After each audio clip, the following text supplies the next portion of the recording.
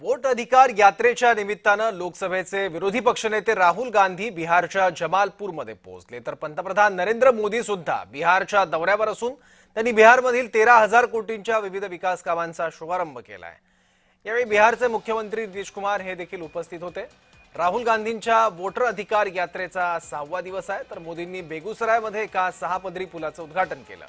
राहुल गांधी आणि पंतप्रधान मोदी दोघेही एकाच वेळी एकाच दिवशी बिहारमध्ये आहेत। विशेष म्हणजे ऑक्टोबर महिन्यात बिहारमध्ये निवडणुका लागण्याची शक्यता आहे, त्यामुळे आतापासूनच तिथलं राजकीय वातावरण तापायला सुरुवात झाली आहे। राजकीय आरोप प्रत्यारोप सुरू आहेत, तसंच मतदार यादी आणि मतचोरीचा मुद्दाही तापतोय। दोन दृश्य आहेत, एकीकडे राहुल गांधींची मतदार अधिकार यात्रा आहे, दुसरीकडे पंतप्रधान मोदी यांनी सुद्धा बिहारमध्ये एक सभा घेतली आहे।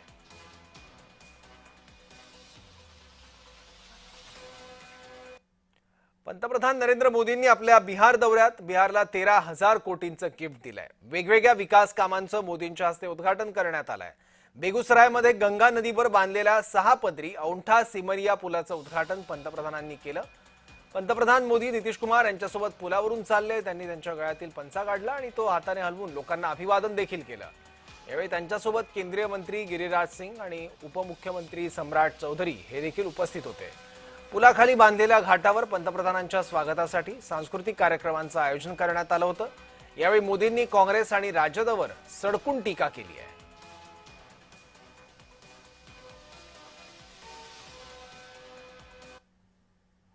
जब कश्मीर के पहलगाम में आतंकी हमला हुआ था, हमारे निर्दोष नागरिकों को उनका धर्म पूछ करके मारा गया,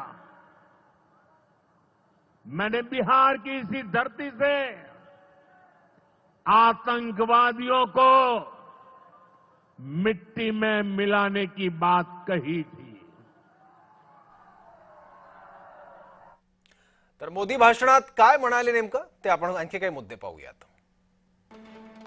प्रत्येक गरीबाला घर मिळेपर्यंत मी शांत बसणार नाही, त्याचबरोबर गरिबी, रोजगार, घुसखोरी आणि विकासाबाबत त्यांनी भाष्य केलंय। प्रत्येक गरीबाला घर मिळेपर्यंत मी शांत बसणार नाही असंही मोदींनी म्हटलंय। बिहारच्या मातीत केलेला संकल्प कधी वाया जात नाही।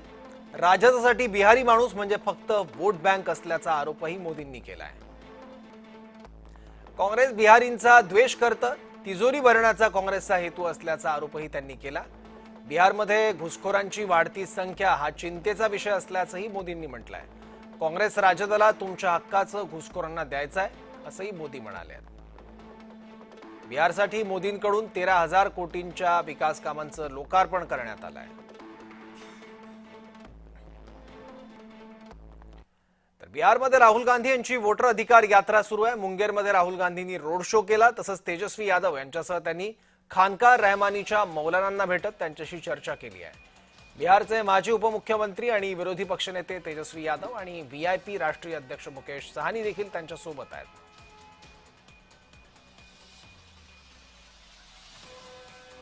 राहुल गांधींची वोटर अधिकार यात्रा नेमकी काय आणि या यात्रेच्या माध्यमातून राहुल गांधी विधानसभा निवडणुकीच्या पार्श्वभूमीवर नेमकं काय साध्य करू इच्छितात पाहूयात। बिहारच्या 50 विधानसभा मतदारसंघात या यात्रेच्या माध्यमातून राहुल गांधी जाणार आहेत। 15 दिवसात बिहारमधल्या 23 जिल्ह्यांमधून ही यात्रा जाणार। 2020 मध्ये महागठबंधनने या भागात 20 जागा जिंकल्या होत्या। यापूर्वी बिहारमध्ये राहुल गांधींकडून 5 दिवस भारत जोडो यात्रा काढण्यात आली होती। भारत जोडो यात्रेचा लोकसभा निवडणुकीत काँग्रेसला फायदाही झाला होता। संविधानाच्या मुद्द्यावरून मतांच्या मोर्चे बांधणीचा राहुल गांधींचा प्रयत्न आहे। निवडणूक आयोगाच्या विरोधात जनमानसात प्रचार देखील करण्यात येतोय। काँग्रेसची जुनी वोट बँक परत मिळवण्याचाही राहुल गांधींचा प्रयत्न आहे। राजदला सोबत घेऊन जातीय समीकरण साधण्याचाही प्रयत्न राहुल गांधींकडून केला जातोय। दूर गेलेल्या मुस्लिम मतदारांशी यात्रेच्या माध्यमातून संवाद साधला जातोय। भाजपकडे गेलेल्या ओबीसींची मोट बांधण्यासाठी देखील काँग्रेसची धडपड बघायला मिळते। 1 सप्टेंबरला पटनामध्ये वोटर अधिकार यात्रेचा समारोप होणार आहे।